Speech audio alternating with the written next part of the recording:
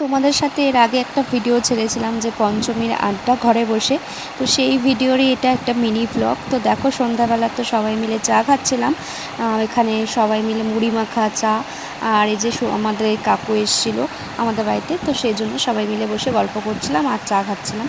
তো তারপরেই হঠাৎই প্ল্যানিং যে মানে রাত্রিবেলা খাওয়া দাওয়া করা হবে কি, সেটা হচ্ছে মাটন, যেটা ছাড়া মানে কিছু ভাবাই যায় না। আর আমাদের বাড়িতে সবাই চিকেনটা খুব একটা পছন্দ করে না, মাটনটাই বেশি ভালো খায়। তো সেই জন্য এখন আমরা লেগে পড়েছি কাজে, 3 বোনে মিলে আলু পেঁয়াজ রসুন যেগুলো কাটতে হবে সেগুলোই কাটছিলাম। আর এখানে দেখো বক্সে গান চলছে, আর ছাদে চলে এসেছি সবাই মিলে রান্না করতে।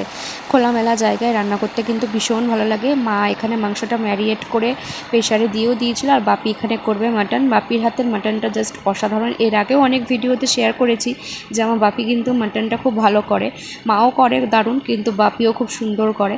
আর বাপি মাটনটা খুব ভালো রান্না করে বলেই আমরা সবসময় বাপির হাতে মাটনটা খুব খেতে ভালোবাসি। আর দেখো এই কাকু হচ্ছে এতটাই মজা করে যে এনাকে ছাড়া মানে কোনো আসর মানে একটা কিছু জমেই না। আর আমরা যতবারই কোথাও যাই এই কাকুকে নিয়েই গাড়িতে করে যাই, কাকুই কিন্তু আমাদের গাড়ি চালায়। তো দেখো আমার ছেলের সাথে খুব ইয়ার্কি মারছিল, তো সেই ফাঁকে একটা ভিডিও করে নিয়েছিলাম। তো তারপরে দেখো জাস্ট মাটনের কালারটা, ওফ কথা বলবো কি, ভয়েস ওভার দিতে গিয়ে তো আরও মানে জিভে জল চলে আসলো, আবারও মনে হচ্ছে যে খাই।